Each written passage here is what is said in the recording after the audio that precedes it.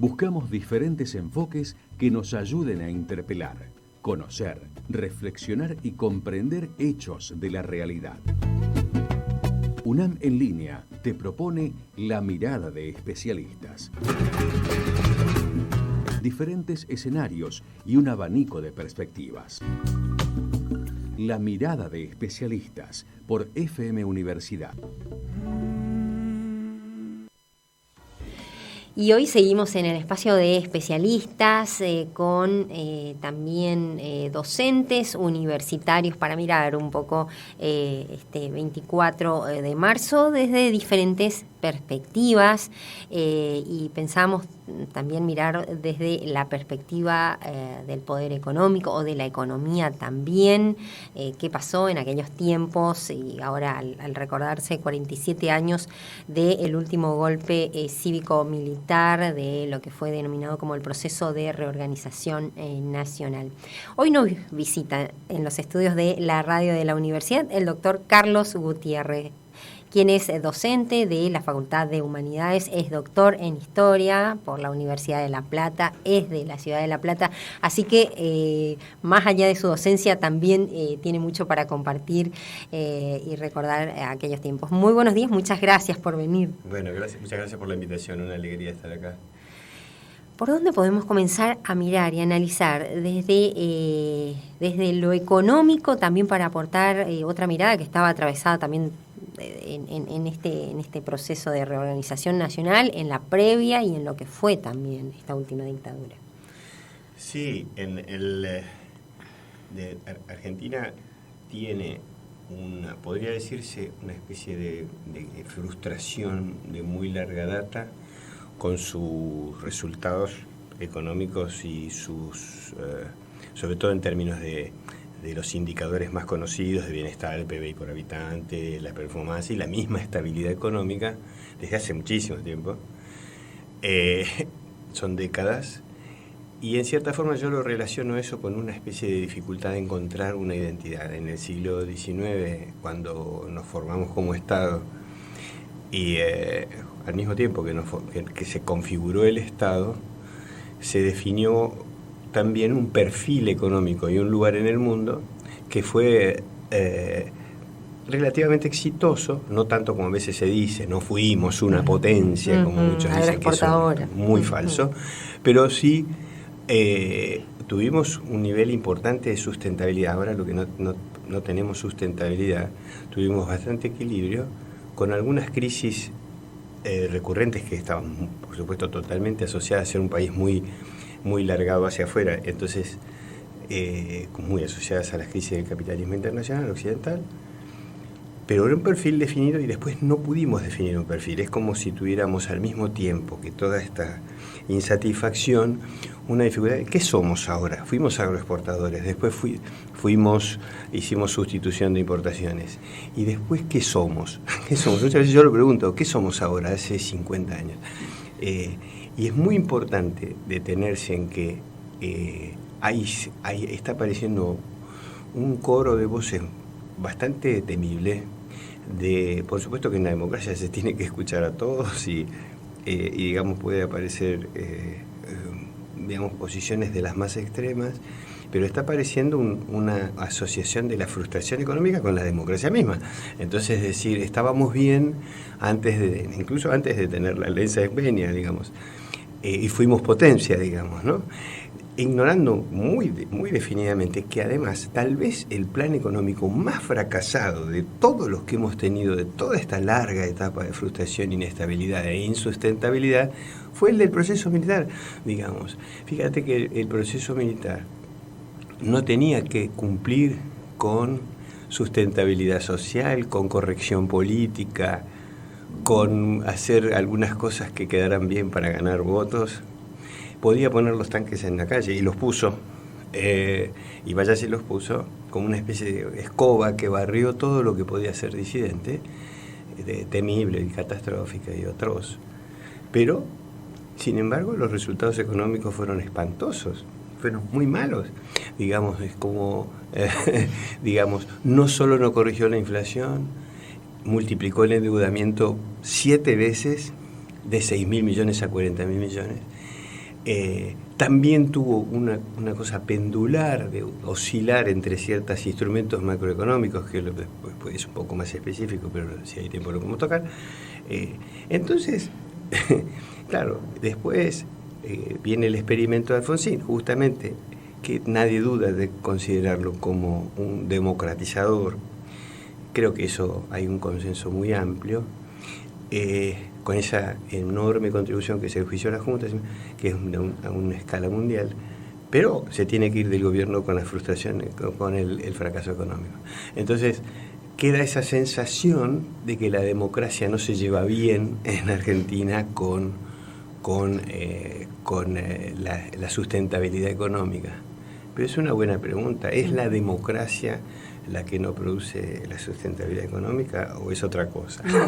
o el planteo también de qué modelo de país se quiso en determinado momento, se proyectó, se pensó o se frustró. Sí, justamente esa es por ahí la pregunta, que no podemos ponernos de acuerdo con un modelo.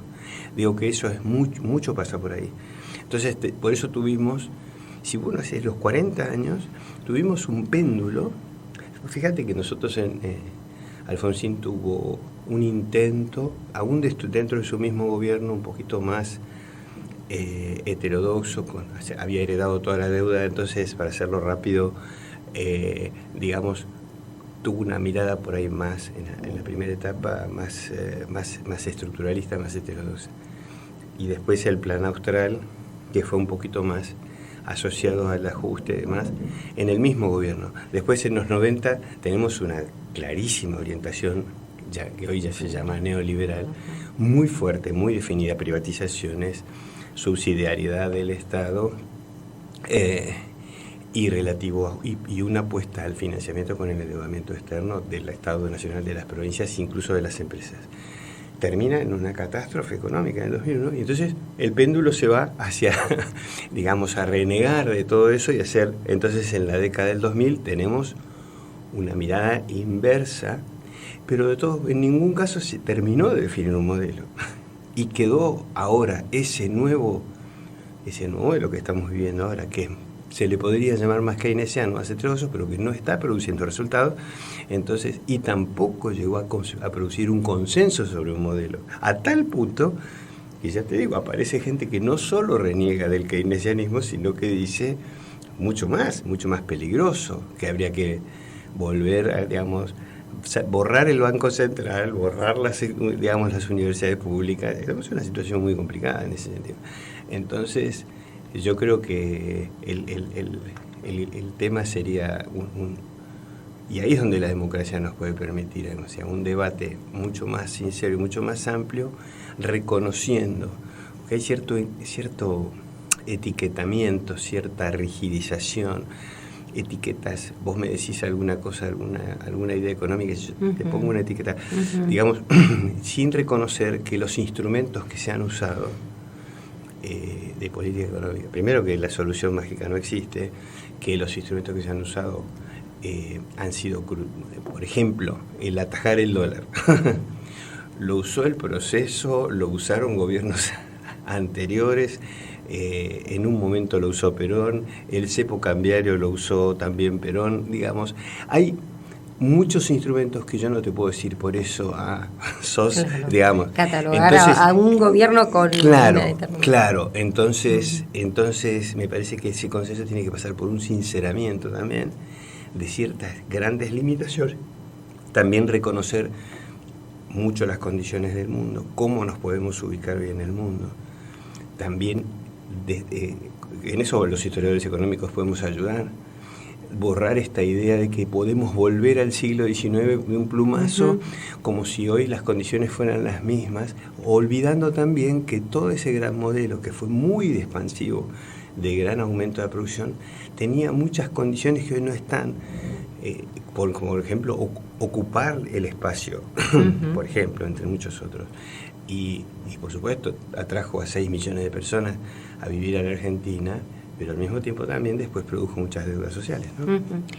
Y para centrarnos un poquito y retroceder en lo que fue el momento de la dictadura también, la incidencia de el poder o los poderes económicos ahí también atravesando en ese momento de la historia, bueno, muchas grandes empresas también que estuvieron fuertemente involucradas con los militares, uh-huh. Lamentablemente también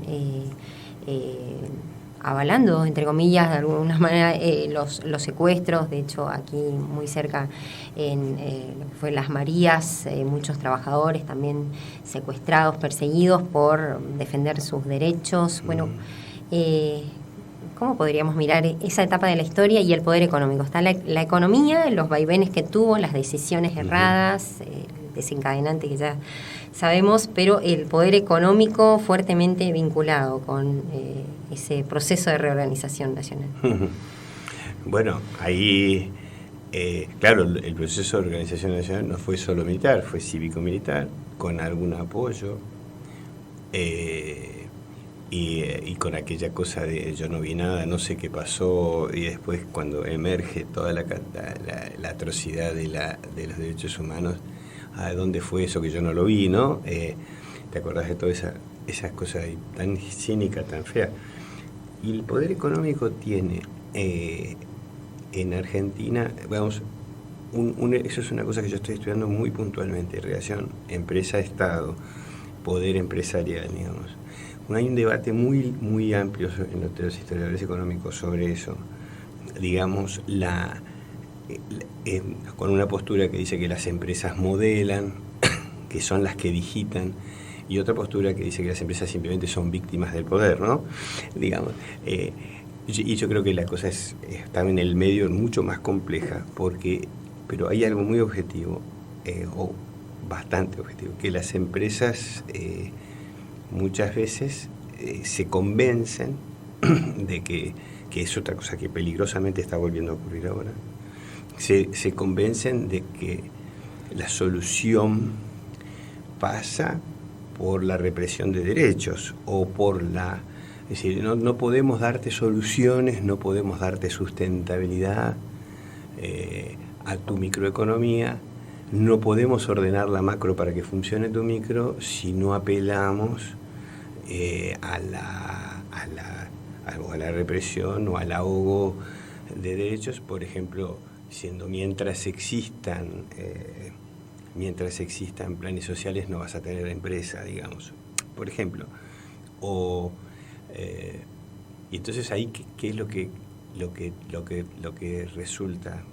Vuelvo a decir, yo le diría a cualquier empresario, y lo he dialogado con muchos, en el momento en que desaparecía la gente, cuánto, además de la atrocidad y de todo eso, cuántos a las empresas, muchas empresas les fue horrible igual, digamos. Es decir, eso no significó, eso es feísimo decirlo en el sentido humano, pero digamos, si uno lo mira con números, digamos, ¿qué les cambió? Hay muchas empresas con los altibajos que tuvo la política económica del proceso, apostaron ahora viene el orden, ahora viene el de sacar a todo porque por ahí hasta yo lo viví, yo tenía 18 años, como el gobierno de Isabel fue muy, muy complicado, con un fracaso enorme, ya la violencia estaba muy instalada en la calle, entonces quedó la imagen de que si se limpiaba todo ese orden y toda la gran emergencia social de todo ese orden, los dirigentes sindicales, sociales y demás, la economía por sí sola se iba a ordenar. Eso no ocurrió y no va a ocurrir. No va a ocurrir porque se requiere una mirada muchísimo más compleja, una enorme cantidad de consensos necesarios. Y no hay otro camino en ese sentido. Y muy trabajoso, porque además se creó un problema muy serio, que es que las distintas corporaciones tironean de la nave del Estado, por decirlo así, para llevar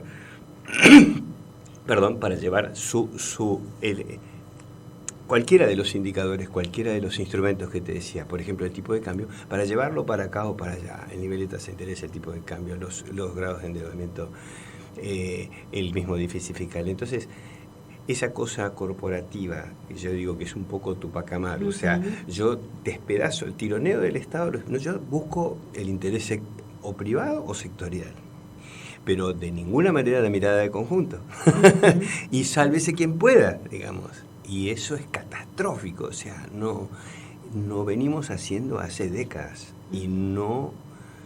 El resultado, o sea, bueno, está a la vista. Y no es la democracia ahí el problema.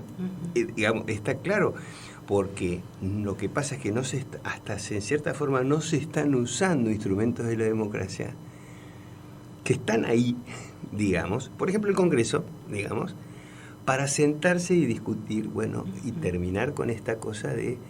Fíjate que muchas veces el Congreso no está discutiendo cosas sumamente centrales, entonces ¿dónde se discute? Nosotros no lo vemos.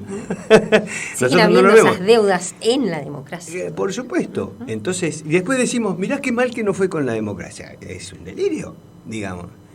Muchísimas de esas tensiones y privilegios o búsquedas de privilegios y demás se dan en pasillos y en corrillos que no están para nada a la luz.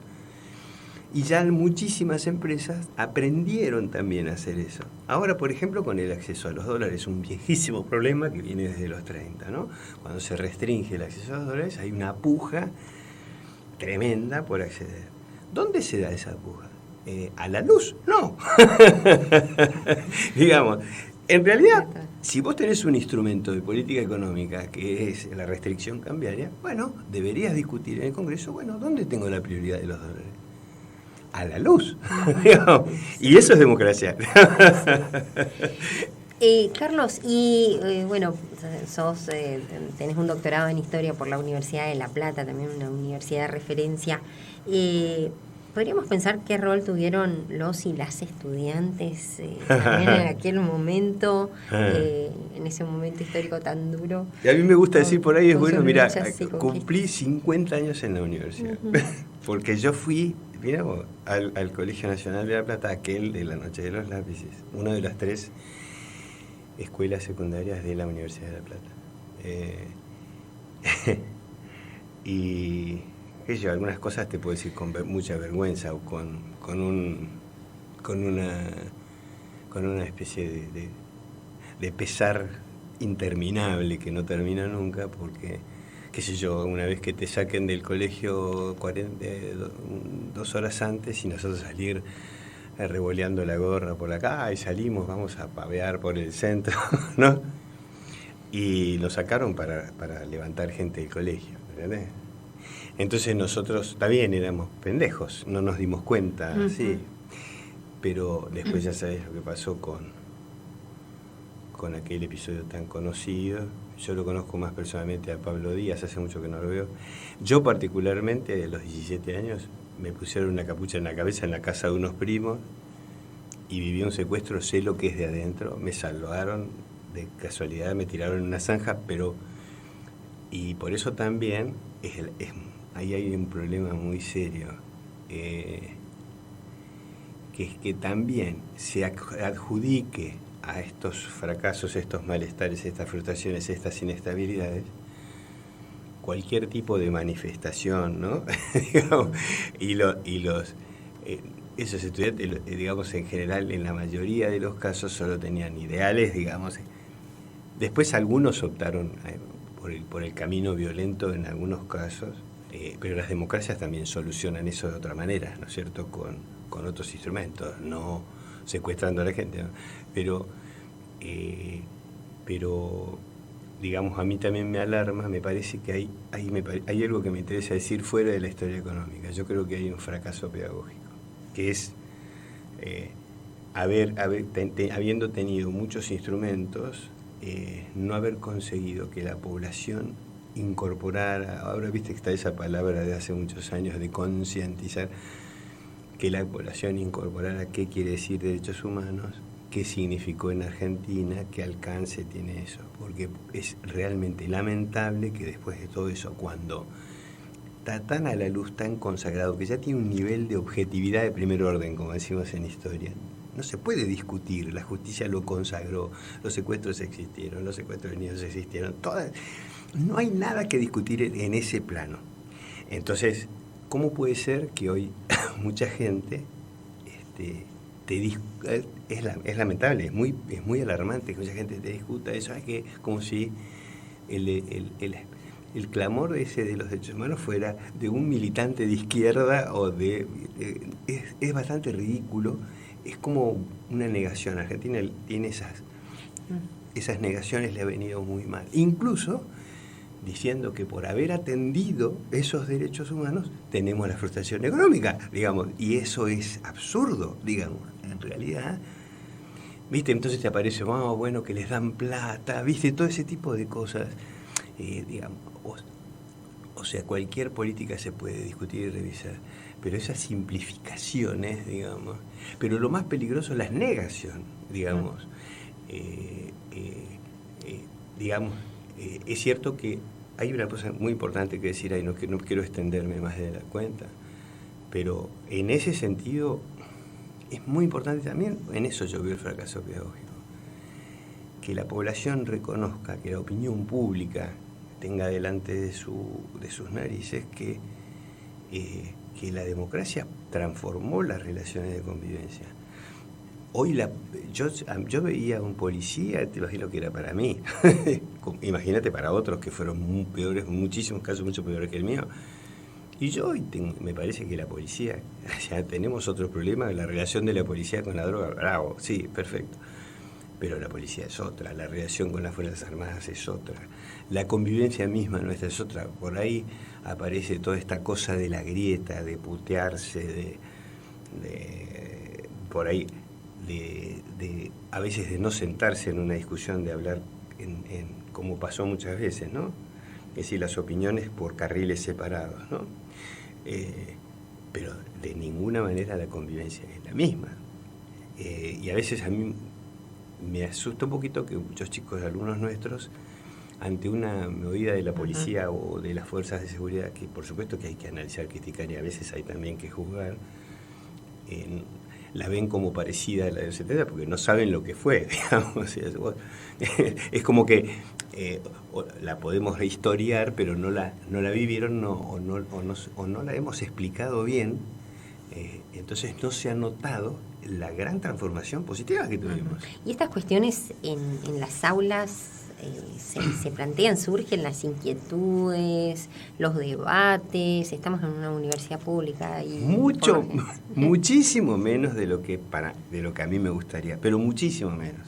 Digamos, yo creo que, por ejemplo, la universidad, yo fui 18 años profesor acá en Económica y promovía, en algún caso lo hicimos, pero que la facultad promueva debates sobre la política económica, sobre la política tributaria. En Humanidades hubo una etapa que era mucho más intensa, la pandemia produjo un corte muy grande, pero es un lugar de debate, es un lugar que tiene que estar y que tenemos que también traer actores de fuera de la universidad, porque además yo creo que no está bien la receptividad de la sociedad sobre lo que significa la universidad pública, no lo estamos haciendo bien. Entonces, me parece que todavía estamos un poco aislados, entonces, digamos, a mí me parece que falta 10 veces más. Y muchas veces pasa esto que te decía, digamos, de tener opiniones por carriles separados, pero no cruzarlas. Es decir, eso no es un debate, digamos, cada uno habla por su lado. En el siglo XIX, o comienzo del XX, un determinado referente publicista, se le llamaba en la época, tenía un diario. Mitre tenía La Nación y otros tenían otros diarios. Uno hablaba por acá y el otro hablaba por acá. Ahora estamos viviendo algo parecido. Fíjate, vos tenés opiniones que salen en Página 12 y opiniones que salen en La Nación. ¿Por qué no las cruzamos? ¿Entendés lo que te quiero decir? ¿Y dónde las cruzamos, no? Sí, los desafíos en la democracia, ¿no? Desafíos desde mirar desde diferentes perspectivas y en diferentes ámbitos. Claro. En la economía, hablamos de la educación. Claro, democracia sin debate, digamos, me parece que... Vos sentís que, vos ves, por ahí te invierto la pregunta, vos estás viendo, vos sos periodista y todo, vos estás viendo debate Y los políticos no quieren debatir, sobre todo en épocas de campaña, claramente los yo digo una expresión, hice un blog que se llama así, debate pendiente. Bueno, así que abrimos la propuesta, la iniciativa también para sumarnos. Carlos, te agradecemos muchísimo por tu visita en los estudios de Radio Universidad. El doctor Carlos Gutiérrez, docente, doctor en Historia, docente de la Facultad de Humanidades, compartiendo reflexiones en el marco de estos 40 años ininterrumpidos de democracia.